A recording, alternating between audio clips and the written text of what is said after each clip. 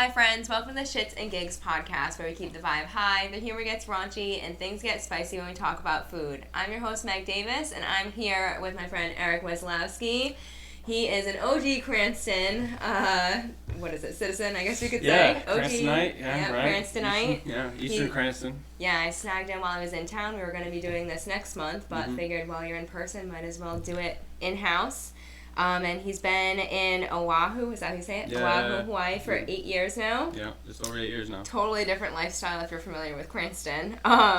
So he's been doing that for 8 years, and he's been doing these incredible long-distance running races for how many years now? Is that once you moved to Hawaii? I'd probably say within the last 5 years or so. Yeah, very impressive. And so we're gonna deep dive into that lifestyle because you built different. You're not an average person. And I'd love to just see where it all started and how, the maintenance on the whole routine, because he just finished his last 3 races was were the Kodiak 100 miler in Big Bear, California. Yeah.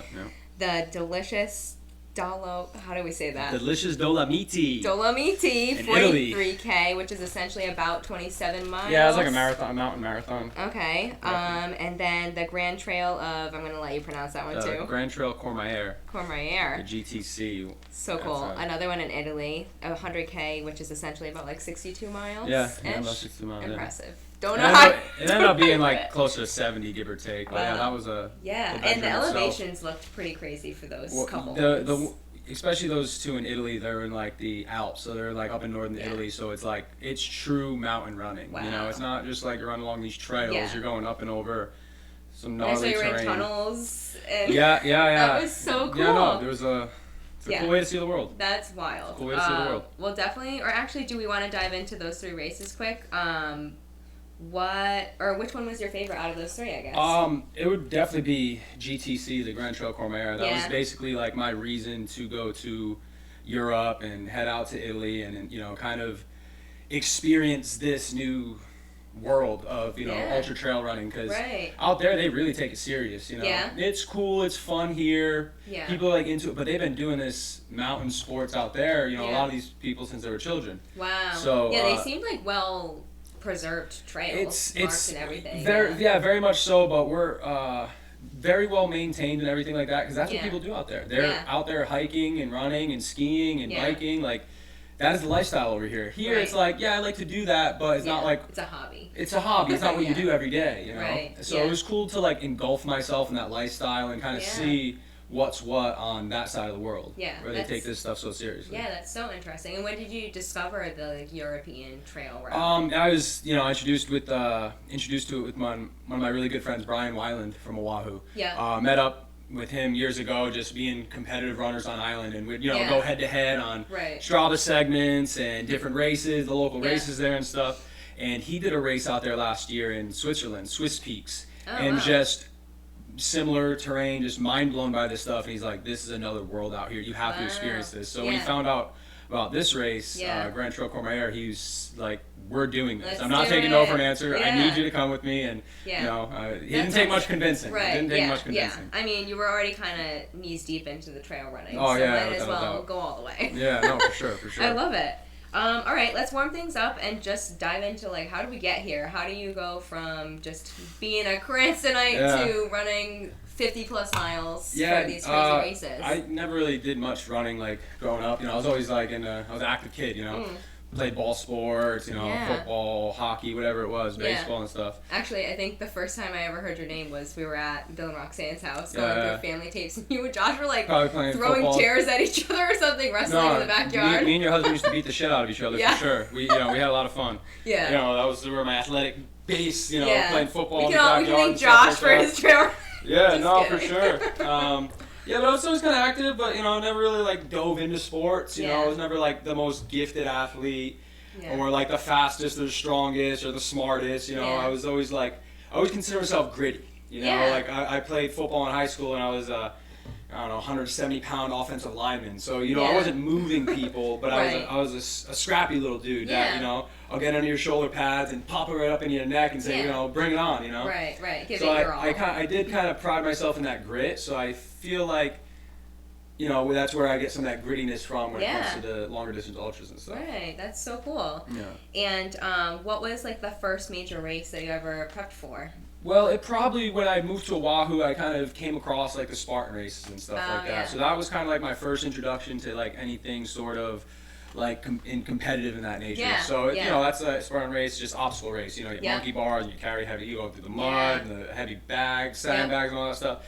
And I loved it. I had a great time. I was challenged, and I was like, they're a big challenge. Yeah, they're difficult, you know. And I was like, oh, I can't climb this rope. It's soaking wet and muddy, and I can't do this, and I'm, you know.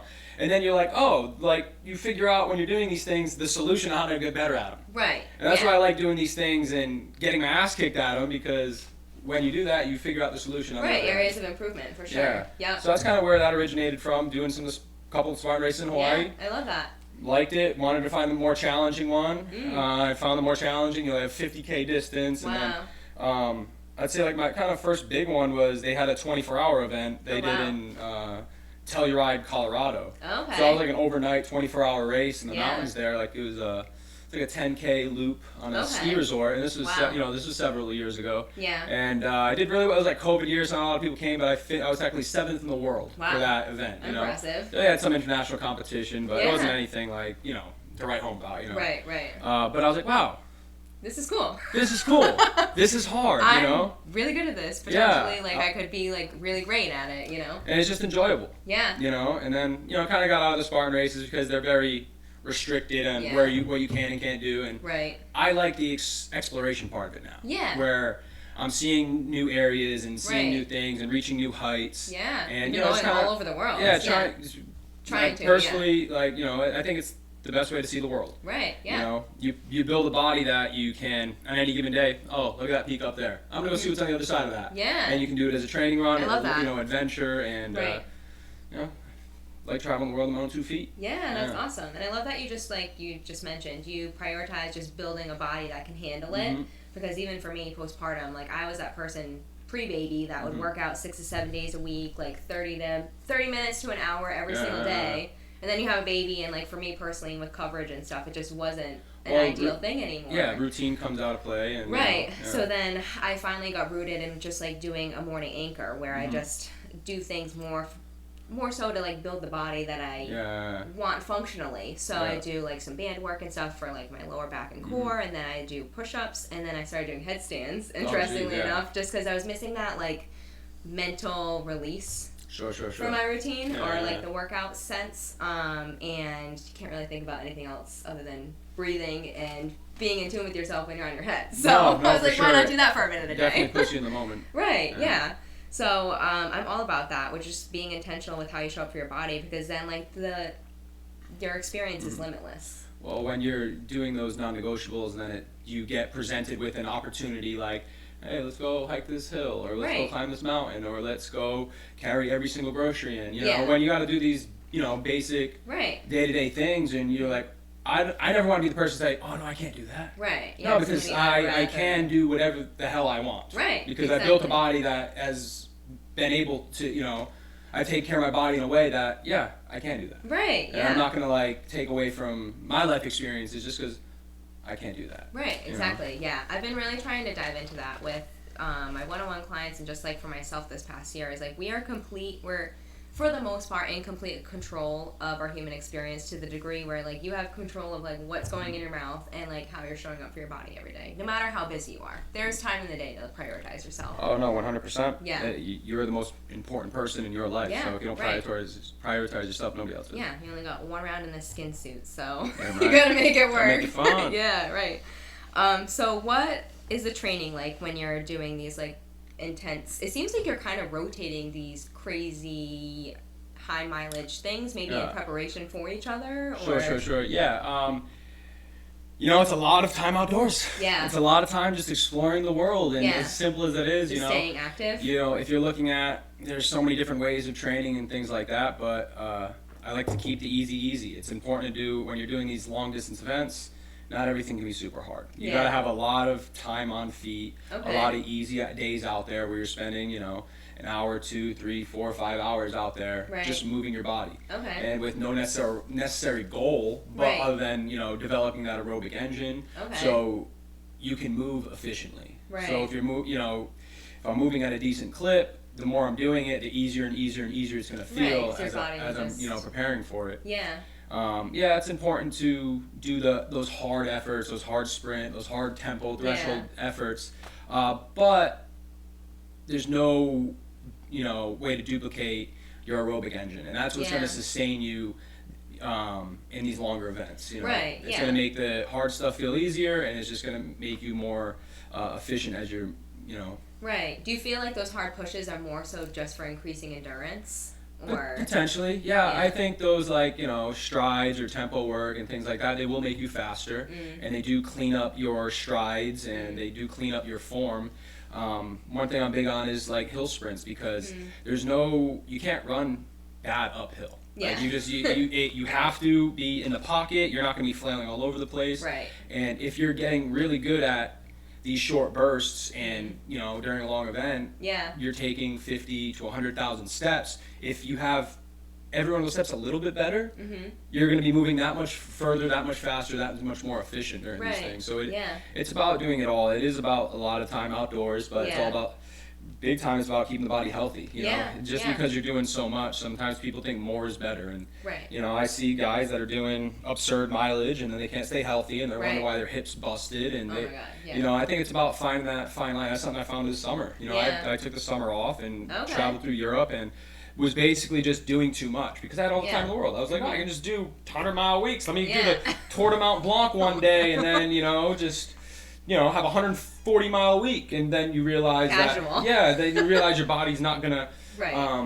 gain positive adaptations from this. So you got to try to find that, that line that you can gain positive adaptations without getting hurt. Right. It's a game that everyone's gonna play. They want to push these boundaries, these boundaries, but but if you're doing that 24/7, you're just gonna break your body down. if you're doing that without an off season or without we kind of went on a tangent, but that's what I have a tough time doing, is going from one event to another event to another event to another event, where it's like, all right, just did a 100-miler a few weeks ago. Yeah. You're going to take a little downtime. Take a little downtime. Enjoy some time off from, beating the hell out of your body and let that recover a little bit until you get back to it a little more. Yeah, I love that. And when it comes to like your eating habits and stuff, I asked what he wanted for dinner, and he said he literally eats anything. So what does that look like? I'm not picky. I eat anything. You say you can't outrun a bad diet, and that is definitely true, but there's obviously a place I can clean up. I say no to nothing. So I eat everything under the sun. I'll eat sushi from 7-Eleven.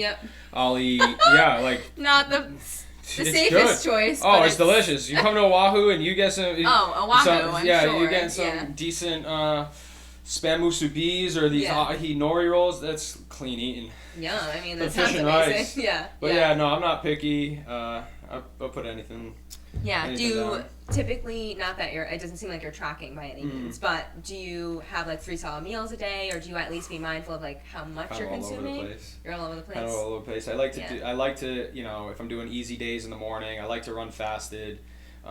Some days, not when I'm doing big, hard, efforts or big, just long days. I obviously want to get something in to train that stomach, but I like doing, easy hour in the morning. I don't have a problem with, going out, getting those fat adaptations and, moving through that, because the food tastes so much better when you're done. Oh, I bet. It's so much better, for nothing sure. better than that after a workout meal. Yeah, I love that. And one funny thing I've written down, when it comes to these long trails, staying kind of on the topic of like food, like how do you eat on these long runs? Like, do you have like little gel packs, or are you actually eating? That's I think one of the most like underrated, underutilized parts of these events is the eating aspect, because there's a lot of new things coming out and a lot of new people talking about heavy carb loading and heavy carb fueling and getting 100 grams of carbs an hour, and it's really whatever you can do, whatever your body can handle. Right. Personally, I try to have a mix of,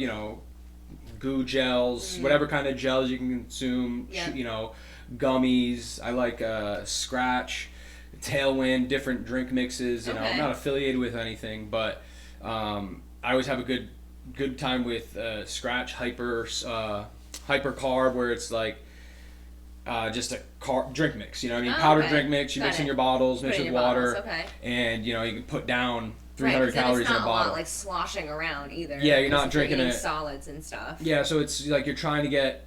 It's an eating contest. These ultras are truly an eating contest where if you're not putting in enough calories, you're eventually just gonna you're gonna fizzle out. You're gonna have no energy. You're gonna crash and burn. Right. And it's the biggest thing that takes a lot of people out of these races is either just not consuming enough or just not being able to consume because they have GI issues, gastrointestinal issues where I've seen people throwing up or shitting on the side of the trail or just absolute nightmares, you know? Yeah. And if you're not, getting calories in, you're going to be completely unfocused. Right. So it's a full-on eating contest. You got to think of it as like going to a buffet at an aid station. Like you should see some of these aid stations. It's wild. Like it looks like it looks like a buffet. They got all chips and candy and soda and just sandwiches. I've been to some races with very elegant spreads of food. That's impressive. I would hope. No, they take good care. They feed well. they take good care. I did one. This is in 2022 or something. It's in Wyoming, and middle of the night, just get to an aid station, just completely destroyed during my first 100. Yeah. And they're like, "Want some mac and cheese?" I'm like, "Oh yeah, I want some mac." Right on the fire, mac and cheese, just bacon there, and I was like, "Yeah, this is." That's amazing. I'm not gonna leave. They're like, "You gotta leave because there's no, there's no other way to get you, back to your car." I'm like, "All right, we'll go another 40 miles, whatever." Shovel it down and get out of here. Get it in and get out. Yeah. Nice. No, it's a special community for sure. Yeah. And then bathrooms, are there like bathrooms set up, or are you like sometimes they'll have at aid stations they will have porta potty set up, but if you got duty calls, you gotta hit a tree. You gotta hit a tree. Yeah. Have you ever hit a tree with a view? Oh, all the time. Yeah, of course, it's the best. What was the most scenic poop you've ever taken?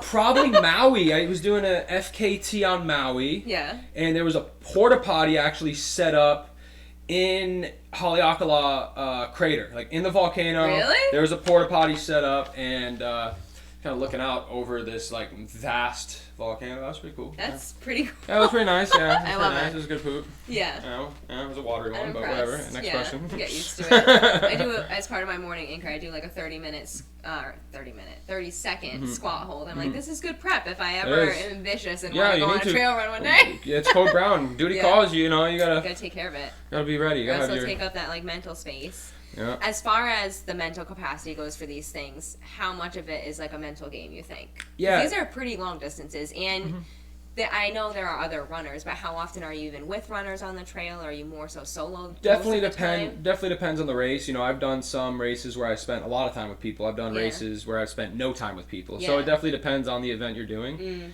But yeah, at a certain point, it does turn very mental. I hear people that are like, "Oh my goodness, it's all mental." I'm like, "No, dude, you have to cover 100 miles. Like you have to cover this distance. Like it's physically like you have to move, dude." Yeah. But I think like in my experiences, I think you can do 100K physically. You can cover that 60-mile distance or that 40-mile distance, 50-mile distance physically. But when you get past a certain threshold of just going and going, like at a certain point, it's gonna hurt. Yeah, right. At a certain point, your feet are gonna hurt. You're gonna have blisters. Yeah. Your feet feel like they're gonna explode. You might have trench foot from being in soaking water for a day. That's terrible. And like you get to a certain point where there's nothing you can do about the pain other than deal with it. Yeah.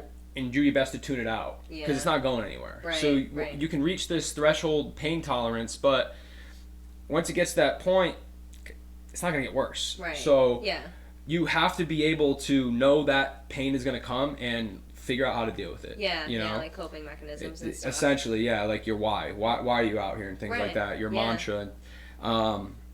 It's easy to, like, when you're feeling good, like, try to get that good energy and try to feed off of that, but it's going to level out. Like, you're going to be 50-50. The bad times are going to come. Right. The good times are going to come, so I always try to, like, stay as level as I can. Yeah. If I feel that good energy coming up, I'm like, yo, chill out, dude, because the bad moments are going to come, and you're going to wish you had some of that energy. You got to keep yourself in check. Right.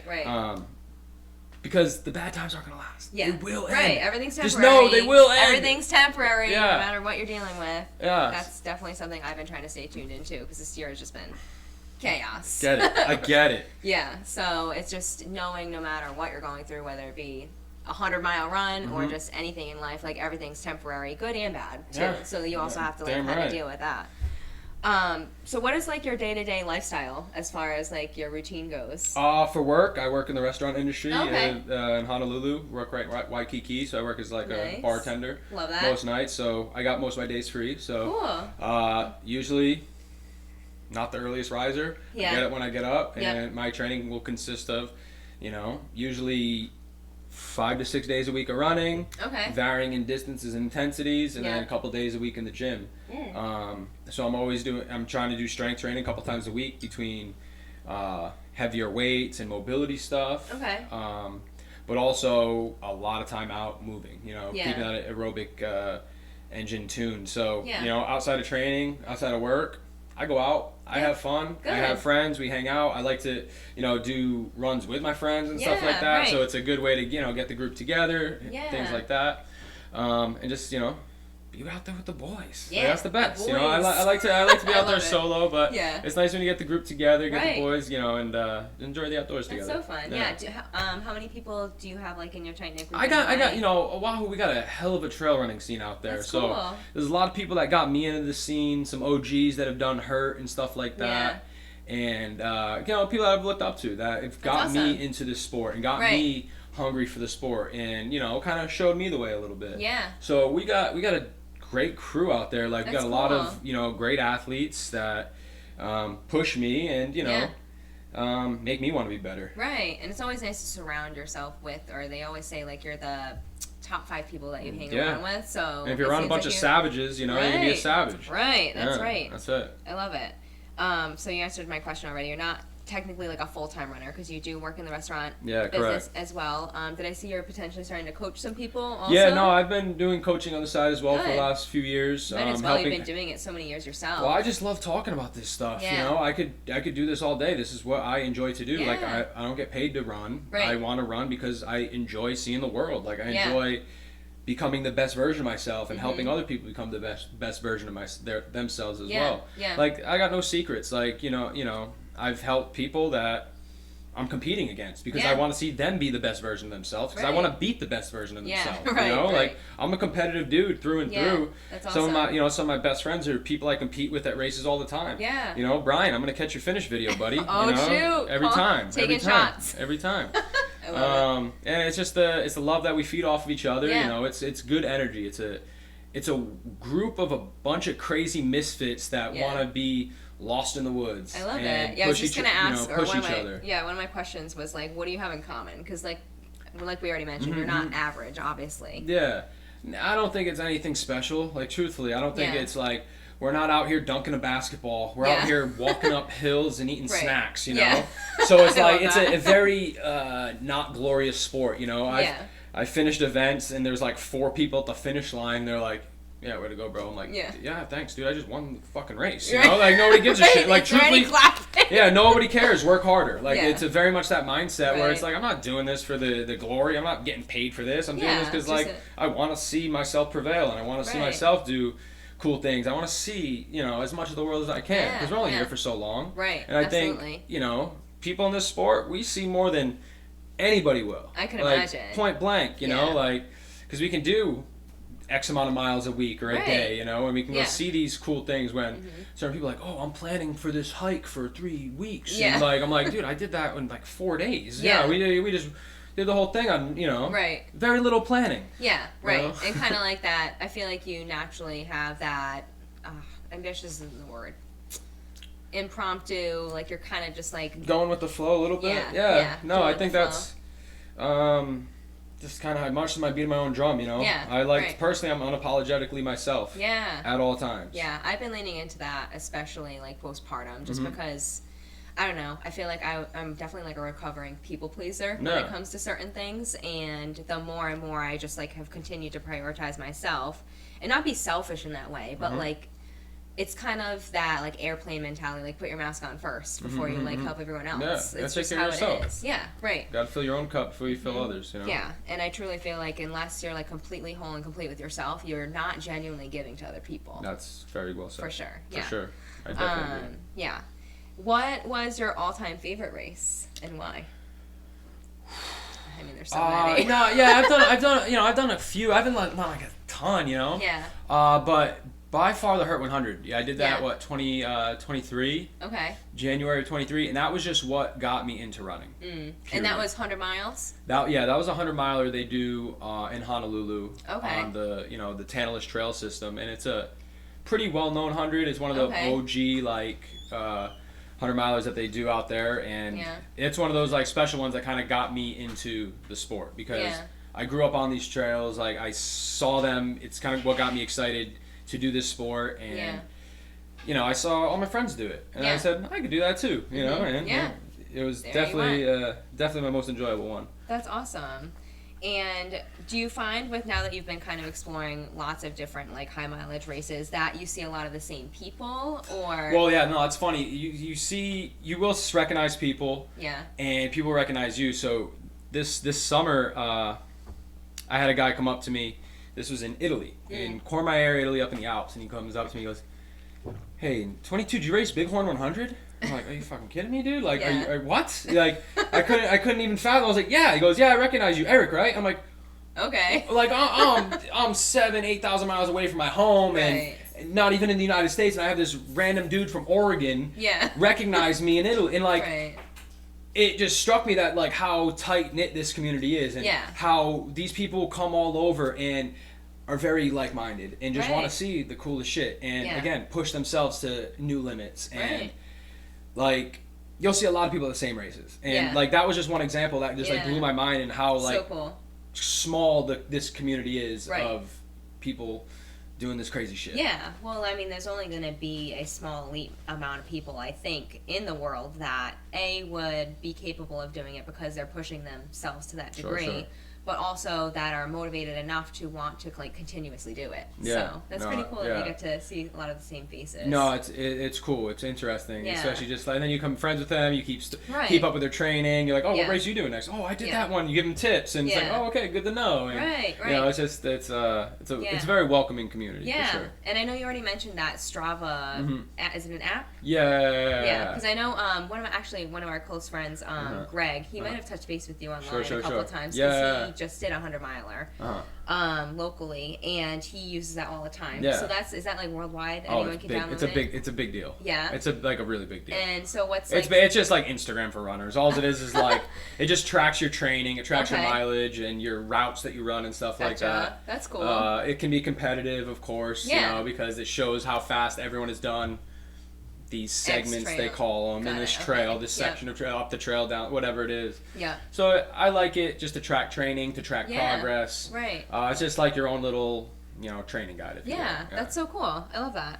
I remember when Fitbit first came out, they used to have those little competitions. Yeah, how many steps you're doing. Yeah, how many steps you're doing. How many calories you burn for the day. Right. Yeah, it's pretty ridiculous seeing the stuff that people are doing. Yeah, I could imagine. Yeah. And let's see. Do you how many countries have you been to? Do you have a goal that you want to see? No goal. Yeah, I just want to see a lot of as much as I can. Yeah, I got no thing in particular. First time I left the country was this summer, so we bounced. Really? Yeah, first time was this summer, so I bounced around. I was gone for 4 months, 3.5 months or whatever. Yeah. So it was nice, cruising really through Italy, Germany, Austria, Amsterdam. Love that. It was the time of my life. Yeah. I had absolutely the time of my life exploring these new areas and being out of place. What was different about Europe that you liked? It made me feel so small. Really? Yeah, I feel like I'm very much just being in Hawaii. You can see the mountain, you can see the ocean. It's not that far. Okay. There, it's nothing but mountains. Really? And being in, those are the best mountains in the world, and I don't think anything will ever touch that. Wow. In my experience. Yeah. Northern Italy, southern France, throughout Austria and Germany, through all the way to Cortina and the Dolomites. It was truthfully blew my mind on this sport, the exploration aspect of it. Yeah, it's cool to train. Yeah, it's cool to get faster, but it's also cool to just see dope shit. Yeah, some of the stuff in our world is just so surreal. Yeah, and it, like I was saying earlier, you build a body that can withstand the terrain and anything you want to explore. The weather, whatever you want to explore. You never say no. Yeah, I love that. And let's see. I brought up I was going to bring up how I ran a very casual 4 miles last month. I came in, I clocked in. My goal was to just jog and pace the entire time because I was in like a little routine when the weather was not cold. I don't do well outside when it's cold. Not do I live in Hawaii. Yeah. So I was training in the Pell Bridge run over here. I don't know if you've ever had a chance to do that. It's pretty cool. They close the bridge down. You go there before the sun rises, so when you're crossing over, the sun is rising. So it's beautiful. But I had done it 6 years ago when I was like first starting my coaching business, and now I'm kind of like ending that chapter in a way. So it was neat. The guy that I had ran with the first time, had reached out. I was like, hey, I just decided to like sign up on a whim if we want to do a reunion run. So I was like, you know what the heck? Love that. I'm doing like a walk jog interval, but we'll make it work. There's a hill over here that I walk up and down with the stroller, and I was like, you know what? If I'm doing it with the stroller 100% of the time, I'm hoping that when I'm just doing it by myself, I'll be able to like pace and it's like pushing a sled. Right. Yeah, it's resistance training. Right. So luckily that was the case. So I was able to jog the full 4 miles, pace myself, was never out of breath, so that felt really good. And it was interesting because like I had told you, like I was that person that would dedicate close to an hour a day in the gym, but now I'm like doing an intentional 15 minutes in the morning and walking, and it's like a totally different world. Yeah, you feel so much stronger, and it's just because you're showing up for yourself. Yeah. Where was I going with that? Yeah, the big thing is with all that is consistency. Right, it is showing up for yourself. There is no magic workout. There is no magic lift to do in the gym. If you're doing, you should do your single leg deadlifts like this, or your single leg plyometric movements. Yeah, you got to do it all. You got to be well rounded because when you show up every day, that's the only way you're gonna build fitness. That's the only way you're gonna build a sustainable body is showing up every day. There's no magic workout. It's about doing it every day and making it a lifestyle because then you feel weird when you don't do it. Yeah. And I thought for sure like pace and breath work was a huge part of it. And I had heard like a potential rule of thumb when it comes to like long distance running. Sure. When you're training, is it typical where like if you are pretty confident in completing at least half of the distance, you feel like you can like push through the other half, or what's I think mindset is everything. Yeah. And I think you can complete half the distance, whatever. You should, I would never have a doubt in my mind that I can do anything that I'm going to do. Yeah. So if you don't have a doubt in your mind, if you don't think you can do it, nobody thinks you can do it because you're the only one that's going to, you have to surprise everybody else because everyone's going to doubt you. Yep. So don't doubt yourself, regardless if it's, some crazy thing that terrifies you. Right. Show up for yourself. Show up every day. Don't be scared by it because, if you're telling yourself you can't do it or I can only do half of it, then that's what you're going to do. You're going to put yourself down as much as possible. And I think the mindset portion of it is huge. Will make you do these things and will make you try to find more and just reach new levels. Yeah, I love that. What has been like, it might take you a second to think about this, but the number one lesson learned out on the trail? Like, did you ever have like a big awakening or anything that's happened for you on any certain race? Just stay focused. I'm big on like these mountains will humble you. Yeah. Doing these things will humble you. Yeah. Like, stay aware. Like, I'm big on like staying focused. Like, take the earbuds out of your ear, man. Like, you're getting rid of one of your senses. Like, hearing is a very important sense. You hear something ruffling in the leaves or someone coming up. How many times I've run by a hiker that got AirPods in that don't hear me and I scare the shit out of them. Oh, I bet. It's annoying, right. But it's just like staying in the moment and enjoy the nature. And if you're enjoying that part of it, like, everything else is going to fall into place, It's actually funny that you say that because I was going to wear earbuds for this race, and then my friend was like, I was going to, but I decided not to because they might fall out, and then like you're stopping to pick it up, and I was like, you know what? I'm just going to like be with myself and like see what happens. And it was very different. I loved it. Because too many distractions. Right. Too many distractions. I don't like this song. Yeah. Right. Stay focused. And it just, I feel like we don't give ourselves enough time by ourselves. So like people are so uncomfortable when you're like sitting with yourself, but you need to have that time to like decompress and also just like work through the shit that's going through your head. Oh no, yeah. So stay alone with your thoughts for a little while. See what the hell happens. It can get real scary, but you'll get through it. Like we said, it's temporary. Yeah, so it won't last too long. No. You can shut those voices off at some point. Right. I feel like you've already given lots of top tips and advice. Anything else that you'd maybe want to mention as far as just explore. Yeah, just get see out as there much and as do. you can see. Yeah. See as much as your body will allow. Explore new things. Yeah. Travel as much as you can. I think that's why I like doing this sport. It's because you know, it's a cool way to see the world. Right. There's no other way to see some of the heights and some of the things that we do, and then whatever it is, enjoy what you're doing. Because it's you're gonna get better that way. Right. You know, exactly. whatever it is that you're doing, if you enjoy it, it's not work. Right. This no, is like it's a non-negotiable. I love that. So we'll wrap things up. I just started doing this with my guests. I am completely curious about like why the fuck we're here and what makes us special. Yeah. So I thought it'd be fun for all my guest episodes to do some like perspectives questions, just to gain people's different perspectives, because we're all living the same 24 hours, but everyone's life path is completely different. So what do you believe is like your natural born gift or talent outside of being able to run thousands or hundreds of miles? I don't know. Like natural born gift or talent. I think my ability to go into problem solving mode when I hear something, where like if I'm presented with an issue, I'm not the poopy pants type of dude to be like, oh man, feel bad for me. Everyone deals with bullshit. Everyone's got their own problems. So like figure your shit out. Yeah. Like you're gonna have tough stuff to deal with on a day-to-day basis. Right. And if you're doing hard things on a day-to-day basis, it's going to make this seamless bullshit feel like nothing. Right. If I you're totally putting agree yourself through, hard times and difficult moments on a willingly basis, when you deal with actual hardships, you're going to know how to deal with these stressors and how to get through these moments. Right. So kind of in that sense, having that mindset of like gaining control of what's in your control and not sweating the rest. Because like what else are you gonna do? That's kind of how I live. No, that's Just it. gonna not give a fuck. Can't. Because there's only so much in your control. What's your number one fear? If there are any, I don't know. No, I can be a little bitch for sure. Like I'm not like this tough macho dude, Yeah. But I don't really live in fear, I don't think. Yeah. You don't allow yourself to get there. I don't like.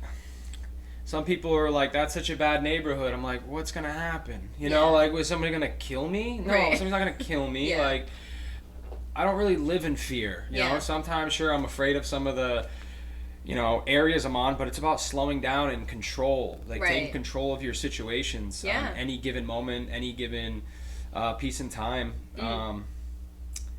I don't know. Fear of not seeing enough. I don't know. I want to see as much as I can, and get that FOMO. Yeah, I get FOMO for sure. Yeah. I think that fear of missing out might be a thing because I see people doing some stuff. I'm like, oh damn, that sounds so fun. Can I get out of this bartending shit right now? Yeah, right. Like I used to say no to a lot of people, to a lot of different things, and as soon as you stop saying no and start saying yes, or not doing things just because other people are doing it. Right, like saying no where it counts. Yeah, so, like, you have your sure. boundaries and you protect your peace, but, like, saying yes to the things that excite you. Yeah, and it's like being in control. Yeah. Being in control of yourself and things like that. Yeah, that's awesome. And then the last thing I always ask is, what is something you've experienced that has shaped the way that you show up? Everybody goes through shit. Everyone goes through a lot of things. And it's on how you respond to them that I think is what shapes you as a person. Yeah, for sure. Being reactive versus proactive. People can be dealt the same hand and they will react. Some people will fold, and some people are going to wait for the river card. And some people are going to deal with it until the very end, and they might come out on top. Right. Yeah. So I think it's about like reacting to each individual, situation. Everybody's going to deal with stuff differently. Right. And it's about how you deal with it that's like really going to shape who you are as a person. Yeah, right. I love that. Yeah, because bad shit's going to happen. It's inevitable. But like how you deal with it. Yeah, and how you show up. And how you show up for yourself and the people around you. And just embrace people. Yeah. That's what's important, Right. We got to enjoy the human experience because we only get it one time. Right, and enjoy those moments with those people around you that you get. Yeah, I love that. And I mean, I can either wrap it up there, or are you going to let go of what you're doing next? No, I'd love to talk about that a little bit. Yeah, let's do it. What's next? Yeah, so I mentioned doing stuff that scares the shit out of you. And, one thing that I've been on my mind for years, is doing on Oahu, running around the island. Okay. And I've done it with... So doing like a complete circumference? Yeah, it's the Oahu circumnavigation run. So I've done it with, I think, the 3 fastest people to ever do it. So I've done large sections with very good friends that do it, and I think that is the route. You know, we have the Hurt 100 on Oahu, but running around the island is like the rite of passage for these runners, and it's a lot of people. You know, a lot of people have been doing it. You know, I've been seeing a lot of people do it. Josh just did it on island. He was doing fundraiser. And, you know, I helped Alyssa do it. You know, she has the current record, dear friend. And are you trying to beat the record, or are you just giving it your all and seeing what happens? I'm not going to do it just to do it. You know, I'm going to do it to the best of my ability like I do anything else. So it's one of those things that scares the shit out of me because I know it's not a strength of mine. But it's something that, like, scares me enough that I have confidence that I can do it. But it's just about the preparation for it that I'm not really, like, super stoked about. But it's a challenge that has been lingering over me. Like, I've been on Oahu for 8 years, and it's something I've been thinking about a lot. I'm like, what is next? What could I do? You know, what is something that scares the shit out of me? This scares the shit out of me. Because I've seen how much it destroys people. I watched Sergio get destroyed, and Anna get destroyed, and Alyssa get destroyed. Like, y'all are studs, and y'all have put me... You know, made me a better runner and made me reach out to new heights for myself. And I want to see what I can pull myself out of this, doing it in under 24 hours. That's awesome. Okay, I think it's possible. Ask what the goal was. Yeah, we're going to do it under a day. So cool. Do you know, or I'm assuming you know the distance? Or? Yeah, it's about 136-ish miles or so. Wow. That's pretty flat, a lot of road. But yeah, we're gonna, you know, that's what. You're gonna try. Do you have a date in mind that you want to no date in mind. You know, we're just getting back into training. We're coming off a little off season where we're gonna rebuild and you know, kind of. I'm gonna have some measures on. What I think is possible. You know, some different efforts to get a gauge on when to do it, how to do it, and you know, just trial and demand. You know, I love it. That's gonna be next. We're running around Oahu. So cool. Sometime end of February, early March, probably. Yeah, and is weather in Hawaii, you said it's ideal most of the year? Yeah, it's always hot as shit. Yeah.